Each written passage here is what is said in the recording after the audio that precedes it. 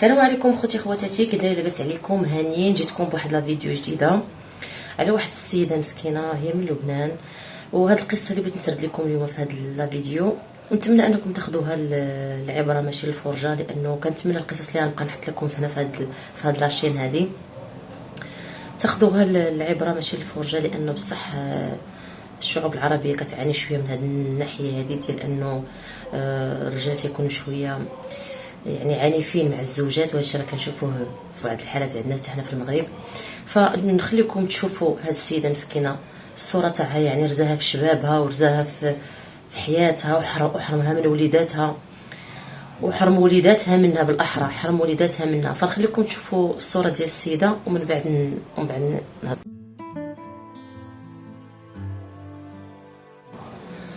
فكما شفتوا خوتي خواتاتي، شفتوا السيده تبارك الله عليها كي شابه مسكينه، شفتوها كي شابه زينب زعتر مسكينه، السيده غزاله فنه. فالزوج ديالها، هذا الزوج هذا مشى عيط عليها في التليفون وقال لها اجي راه بنخرجوا انا وياك والوليدات، ومشات دار لواحد البلاصه خاويه ما فيهاش بزاف الناس، على اساس انه بيديها تفسح تبدل الجو هي ووليداتها. فداها لديك البلاصه، ويعني كتفاجئ السيده انه هز السلاح ديالو. ما عرفتش انا هاد لبنان هذا مرخص عندهم السلاح، اللي جاهز السلاح ما علينا، هذاك موضوع اخر. فهز السلاح ديالو وتيلا فيها عشرات القرطاسات قدام 3 وليداتها تيتفرجوا، 10 عروج في الراس والباقي كلشي بالجسد ديالها، وخلاها مسكينه طايحه بدمايتها، وهز طوموبيلتو ووليداتو زادو خلاهم. والغريب والادهى في هذا الامر كله انه في واحد التصريح خرج كيهضر هو مع الاخ تاعها، وتقول بانه حسن موسى وحسون اللي هو خوها، اللي هو اش نقول لك شنو، مابقاش بزاف عليه كلمه اخ، لان الاخ اختو واخا تكون ظالمه ولا مظلومه يوقف معها على الاقل يحمي لها كرامتها، ولو تكون غلطه كاين قانون، ما علينا. فتيخرج في واحد الفيديو يقول لك حسن وحسون اخوه، وخوها تيهضر بوجهه احمر. يعني غادي نوريكم لا فيديو واحد شويه، تيقول لهم بانه كون ما راجلهاش دار هكا غادي نديرها انا، كون ما قتلها زعما راجلها كون قتلتها انا باش نغسلوا العار. فما عرفتش انا هاد في لبنان، يعني رغم انهم دايرين هاشتاغ تيقولوا بانه انقذوا المراه في لبنان، لانهم بداو عائلاتهم بالفعل بداو عائلاتهم تنقرضوا في لبنان. فرغم انهم داروا هاشتاغ انقذوا المراه في لبنان، باقي عندهم ساكن العائلات كيتقتلوا بجريمه الشرف. ما فهمتش انا، واحد شك، واحد غير فكر، ماشي حتى عنده دليل قاطع ولا لقاه حاشاكم اعزكم الله لقاه في شي فراش في شي وضعيه مخله مع شي واحد، ولا هو فقط شك لحقا شي ميساجات ناضنها حياه واحد السيده مسكينه شابه في مقتبل عمرها، وحرم وليداتها منها. علاش؟ انه شك انها كتخونو، وشاف ميساجات ومشى قتلها بديك الطريقه البشعه، ولصق عليها واحد التيكي باش يخرج زعما بانه باش يخرج نظيف، حقا جريمه شرف غسل العار. مع العلم ان لبنان يعني عدلات هذا القانون، بعد ما كان عندهم هذا القانون المصرح به في واحد الوقت، عدلاته وحيدته 2010، يعني ما بقاش هذا القانون عندهم تما مطبق. فنخليكم تشوفوا هذا الفيديو ديال الاخ ديالها والزوج ديالها كيفاش كيهضروا كيحتفلوا يقبلوا التهنئات، وبانهم داروا انجاز عظيم. الله يمسخهم، الله اش نقول لك، الله يمسخهم، ما عندهمش على شي حشوه. ما علينا، نشوفوا لا فيديو نعاودوا نرجعوا، حيت الصراحه تفقست في هذا العواشر، في هذا الشهر المبارك يوقع بهاد الحوايج غريب. شوفوا لا فيديو ورجعوا. حسن موسى اخوه شرف واحد، حسن موسى غسل عاره وعار حسونه. انا ما في شيء بيني وبين حسن، اللي عمله حسن انا كنت بدي اعمله. لو ما هو دق لي على التليفون كنت انا جاي هو اللي عمله قبلي، صار اللي صار. هالقهوه لاولاد اختي. فكما شفتوا خوتي خواتاتي في ديك لا فيديو القصيره اللي جالسين هما تيحتفلوا بانهم زعما غسلوا العار، وما كاينش شي عار قدهم. الصراحه ما كاينش شي عار قدهم، لانه عيب حشومه، يعني كاين القانون في اي بلاد، كاين القانون. هاد المراه هادي وهذه رساله العيالات. انا كنقول هاد القصص هادو وتنحاول نبارطاجيهم معكم باش تاخذوهم العبره. بزاف العيالات كيوقعوا في هذا الخطا، ملي كتشوفي انك ما متفاهماش مع واحد الزوج ديالك، ما تقوليش نصبر على وجه الوليدات، لان الوليدات ما غيصلحوش العلاقه. ما غتقوليش نصبر على وجه عائلتي، لان عائلتك ما غيصلحوش العلاقه. تصبر على وجه عائلته حيت مزيانه معايا، عائلته ما غيصلحوش العلاقه. خصك تصبري على قبل الا كان شي حاجه مزيانه في ديك العلاقه تخليك تصبري، بحال ان السيد يكون محترمك. وديما كنسطر على هاد كلمه الاحترام، يكون تيحترمك ثم تيحترمك، ثم تيحترمك وعاد يكون تيثق فيك، تكون الثقه التامه. وعاد الحب هو في المرتبه الاخيره، يكون الاحترام بالدرجه الاولى، وتكون الثقه يثق فيك. الا مجوج بك وما تيثق فيكش، علاش مجوج بك اصلا؟ علاش مجوج بك؟ ولاش انت اصلا صابره على بالو؟ فديما يا اخوتي خواتاتي الصراحه هاد القصه انفعلت منها شويه، بقات في ديك السيده الصراحه. ان لله وانا اليه راجعون. يعني الصراحه كان من هذا المنبر، واخا قناتي صغيره وداكشي، كنتوجه بالعزاء زعما للعائله ديالها مسكينه، لانهم الصراحه والعزاء لينا حنا في واحد المراه، لانها كتبقى في نهايه المطاف امراه. يعني الله يدخلها فسيح جناته يا ربي، ويغفر لها ما تقدم من ذنبها وما تاخر. ومهم علينا فيعني عيب حشومه. يعني هاد السيده هذه مسكينه، الذنب ديالها ان داك السيد شك، نقولوا كاع غلطات، نقولوا كاين القانون، نقولوا هاد السيده غلطات، لانه ما لقاش شي وضعيه مخله، فقط قال لك شافت الهاتف ديالها تليفونها قال لك فيه شي ميساجات ما ميساجات، فهو بدا تيشك شويه ونهى لها حياتها. باي موجب حق انك تنهي حياه واحد الانسانه؟ ما عندكش الحق، ما عندكش الحق. كاين قانون في اي بلاد، كاين قانون. واش كنحمد الله ونشكروه على بلادنا، كاين قانون في البلاد. ما تفاهمتيش مع شي انسانه، كاين القانون صافي. كي تلاقيتو خوت تفارقوا خوت، امرنا ما عنده باس. تلاقينا خوت نتفارقوا خوت سالينا.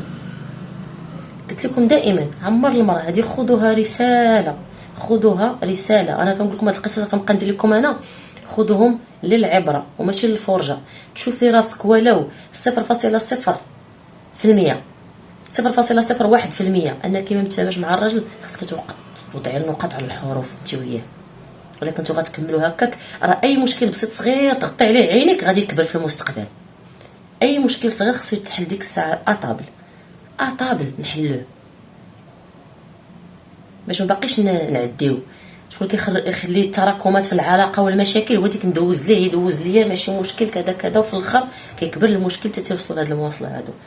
فهذه نصيحه لكل امراه، لان بصراحه ما نكذبش عليكم انا هاد القصه هذه المتني بزاف. يعني انا امراه وكتجيني الغيره على المراه، مع العلم انني ضد الشعار ديال اللي كيقول لك انا مع المراه ظالمه او مظلومه. لا، انا مع المراه مظلومه، ولا كانت ظالمه كاين قانون اللي غادي ينصف هذاك الشخص ظلماتو. لان انا ضد الشعار ديال انا مع المراه ظالمه او مظلومه، هذا غلط. انا بعدا ما معاهش، لانه بحكم انني متزوجه وعندي ولد وبنت، وعندي ولد وبنت، يعني وتا الولد ديالي ما غنبغيش انا نظلمو شي وحده. فغالبا هاد الشعار اللي كتقول لك انا مع المراه ظالمه او مظلومه، اما ما عمرها تزوجات ولا مجوجه والده غير البنات، وكتقول انا مع المراه ظالمه او مظلومه. لا، انا مع المراه مظلومه، ولا كانت ظالمه هناك قانون غادي ياخذ المسطره ديالو وغادي يحاسبها الى عاقبت داك الشخص. فانا هاد القصه هذه المتني الصراحه، وبغيت العيالات انهم والشابات ديالنا اللي في المستقبل المقبلين على الزواج، انا كم النهار الاول توضعي النقاط على الحروف. خلاوها والدينا الله يرحمهم تيقول لكم النهار الاول تيموت المش، النهار الاول تنوضع النقاط على الحروف. اسيدي ارفع عليا الصوت ديالو، نوقفوا عند حد نقول ولد الناس انا ما جيتش انا باش نرفع عليا صوتك ولا نرفع عليك صوتي. كاين حوار، كاين تفاهم، ما متوفرش هاد الشروط. بسلام عليك ولد الناس، والحياه تستمر. عمر الحياه ما كتوقفش عند شي حد، وديما لا سواء في الزواج ولا سواء في الخطوبه ولا سواء ما عرفت شنو، ما كاين شي حاجه كتبقى مدى الحياه. جميع لي غولاسيون كيكونوا ماشي دائمين، فهما تيكونوا مؤقتين قد ما طالوا، ولو 40 عام 50 عام قد. اضعف الايمان كيموت واحد في الطرفين كيجي الفراق. هادشي كاع لا طولوا وبقاو في العشره وكانت العلاقه مزيانه كيموت احد الاطراف كيتفارقوا، فما بالك الا كانوا مشاكل وكانوا. فهذا ميساج كنوصلوا للعيالات، الله يجازيكم بخير. حاولي ما تصبريش على شي راجل الا كان كيقلل منك، الا ما كانش كيحترمك، الا كان تيشك فيك في الدخله والخرجه، الا كان كافع عليك صوتو، ولا كان تيضربك. الا كانوا هاد الحوايج هادو من النهار الاول، جمعي يا اختي شطيطك ولا تباتيش هنا يا اختي، جمعي شطيطك وسيري يا اختي في حالك. هادشي اش تنقول ديما، المراه خاصها تكون انديبوندونت، خاصها تخدم على راسها، خاصها دير مستقبلها، خاصها تكون راسها، باش ان ملي تزوج ما يكونش عندها داك الهاجس ديال انني خصني نصبر حيت ما عنديش، خصني نصبر حيت هادي. لا، خصك تصبري انك تبغي داك الشخص، خصك تصبري لان داك الشخص يستحق انك تبقاي معاه، خصك تصبري لان داك الشخص كيحترمك، لان داك الشخص كيقدرك. ماشي لا حيت والده معاه خصني نصبر، لا حيت هادي مولا عمرها دار ولا اختو الله عمرها دار، لا خصني نصبر لانه هو اللي عمر هدر، لانه هو يستحق اني نبقى معاه، واني هو خصني نقول عليه الله عمر هدر، ماشي شي حاجه اخرى. فانا هاد القصه هذه الصراحه بقات فيا بزاف، وكنتمنوا انه الصراحه نديروا هاشتاغ لهاد زينب الزعيطار مسكينه، الله يرحمها مسكينه ويكون متواها الجنه ان شاء الله. فالعيالات جمعوا راسكم، اي حاجه ما عجبتكش في الزوج ديالك من النهار الاول نحدوه من النهار الاول. وديما الا ما عرفتيش تقيمي راسك، وتنرجعوا تنقولها، الا ما عرفتيش تقيمي راسك من النهار الاول وما كنتيش كتحترمي راسك نتيا، وما كنتيش نتيا عطا القيمه راسك، ما عمر غادي يعطيها لك شي حد. فهاد السيده الذنب ديالها فقط انه شك فيها وشك في مسارات في تليفونها. لو كان هو اصلا راجل ما غاديش يتوصل لدوك المواصل، ولو كان قاعد صاره منها فهناك قانون. واللي بقى فيا الحال بزاف هو انه الاخ ديالها تيفتخر تيقول بانه كون ما غسلش هو عار، كون غسلت انا. اش من عار؟ اكبر عار هو انك انت خوها، واكبر عار انها دات واحد الراجل اللي هو ماشي راجل، انه خصو يمشي لمسطره قانونيه. ما تفهمتيش مع ديك السيده خليها، ما تفهمتيش معاها وما خليها تعيش حياتها، ماشي نهايه العالم الا ما تفهموش واحد جوج تفارقوا، صافي كل يكمل في حياته. الله يدير شتا ولد الخير، والله يهدي ما خلق.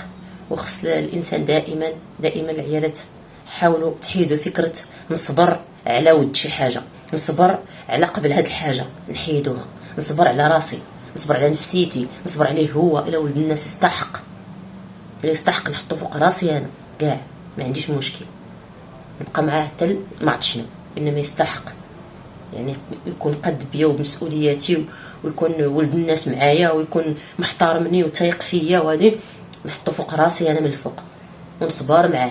تجي شي ازمه، يجي شي ظروف ولا نوقف معاه، ما عنديش مشكل، علاش انه كاين شي حوايج كيشفعوا ليه، شي تعامل ديالو زوين كيشفع ليه خليني نبقى معاه. ولا كان شي انسان مستبد وظالم ويسب ويدعي ويدير ويبقى طالع هابط في الكلام ماشي هو هذاك، ويتجرأ ويضرب، كاين اللي كيضربوهم كاع. فانا صافي يا اختي ما بقى ما يتقال. لو واخا يكون عندي معاه 77 ولد وبنت مخلطين، نفرق الجوقه رزق الله اللي كيرزق، الله اللي خلقك كيرزقك، انت بدوك الولاد ولا بلا دوك الوليدات، الله اللي كيرزق. فنتمنوا هذا الفيديو تاخذوها للعبره ماشي للفرجه.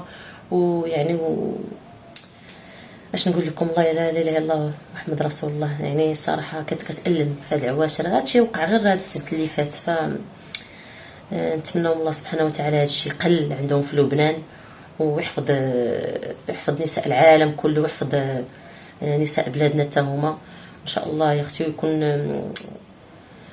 والله الصراحه تاثرت بزاف بهذه القصه، بقات فيا بزاف، لان باش تشوف واحد الام مسكينه ولادها كيشوفوها كتطعن قدامهم، واخدين عليها فكره غلط من باهم بان امكم كتخون، امكم زانيه، وامكم دايره، والدراري مساكن. كي غتكون نفسيه هاد الوليدات، اللي هما اصلا باهم تيعطيوهم واحد الفكره على امهم بانني قتلت امكم لان امكم خائنه وكديروا وما شافوش بعينهم، كيسمعوا غير بودنيهم، ما شافوا امهم خارجه مع واحد، ما قتلها في فراش شي واحد هي وياه، ما دار حتى شي حاجه اللي هو نقدروا نقولوا راه فعلا دارها على قبل شرفه وقدام 3 الوليدات ديالها.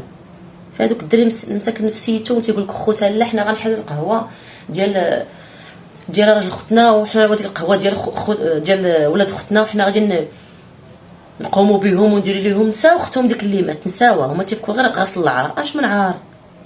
كاين شي عار قدهم هما. ما علينا، الله يدير شتا ولد الخير. وخوتي خواتاتي ردوا البال راسكم، وعرفوا مع من ترتبطوا، واي انسان بترتبطوا معاه عرفوا ماضيه، وعرفوه ياك ما يكون مريض نفسيا ولا عنده شي مشاكل نفسيه ولا عقليه قبل فتره الخطوبه طولوها بزاف، عرفيه مزيان، بحثي عليه. ماشي فقط الزواج راه ماشي شي حاجه اللي واو خصني نتزوج، لا، الزواج مهم وزوين الا كنتي لقيتي شي ولد الناس اللي يستحق. اما باش غير نتزوج باش نتسمى مزوجه بلاش، الا غير نتزوج باش نتسمى اني تزوجت بلاش، وفي الاخر نصدق في مشاكل، نولدوا المشاكل ونطلقوا. هادشي تنقول لكم اختي عن تجربه. نتمنوا انكم تاخذوا هاد الامور بعين الاعتبار. اي شخص بيتقدم لكم ولا اي شخص كتعرفوه في حياتكم بحثوا عليه مزيان، وعرفي راسك فين حاطه رجليك قبل ما تصدقي في شي مشاكل انت في غنى عنها وتقولي يا ريت كون بقيت بوحدي كاع خير حسن. فمن الاحسن انك تبحثي. كل شيء كيبغي يتزوج، كاع العائلات كيبغيو يتزوجوا ويديروا وليدات، هذه راه سنه الحياه، حاجه زوينه، ولكن نعرفوا راسنا مع من، ماشي غير اللي تقدم مرحبا، ماشي غير اللي جا ما كنعرفوش مرحبا، ماشي غير هذه عائله مرحبا، ماشي لا. ندير فتره الخطوبه ونديرها طويله ونتيستي هذا السيد ويتيست حتى هو يتيستيني، راه هادشي ماشي ميساج غير العائلات حتى الرجال، كاين بعض العائلات هما اللي فيهم شي مشاكل، ولكن هذا ما تعنيش ان ما كاينش قانون في البلاد. راه اي بلاد حتى لبنان دابا كان عليهم يمشيو للقانون، علاش يقتل السيده وحرموا ولادتها منها ويدير داك المشكل كله؟ كاين قانون في البلاد، ما تفاهموش واحد الجوج يتفارقوا سالينا. فمن الاحسن فتره الخطوبه انها تطول وتيستي في الغضب ديالو، في الفرح ديالو، في التعامل ديالو، كيفاش تيدير، كيفاش كيرياجي لا رياكسيون ديالو، وما يفرضش عليك شي حوايج انت ما باغياهمش من الاول، كيلقاك يخليك كلقيتيه تخليه. شي حوايج الا ما تفاهمتوش عليهم خصكم تجلسوا لهم اطابل، تلقاو لهم حل اللي يرضيك ويرضيه، حل اللي يرضيه ولا اللي يرضيك لا، اللي يرضيكم بجوج ولا ما يدارش كاع. فاخوتي خواتاتي، نتمنى هذا الفيديو تلقاكم بالصحه والسلامه وتستافدوا منها وتاخذوها عبره. الصراحه كتحبي تسمعي شي حويجات زوينين في هذا الشهر المبارك، فما بالك كتلقاي بهاد القصص ديال وقعوا في شهر رمضان فشويه قاصحين. فالله يدير شتا ولد الخير والله يرحمها، هي مسكينه والله يهدي ما خلق، والعائلات ردوا البال راسكم وعرفوا راسكم اش كديروا. والسلام عليكم ورحمه الله.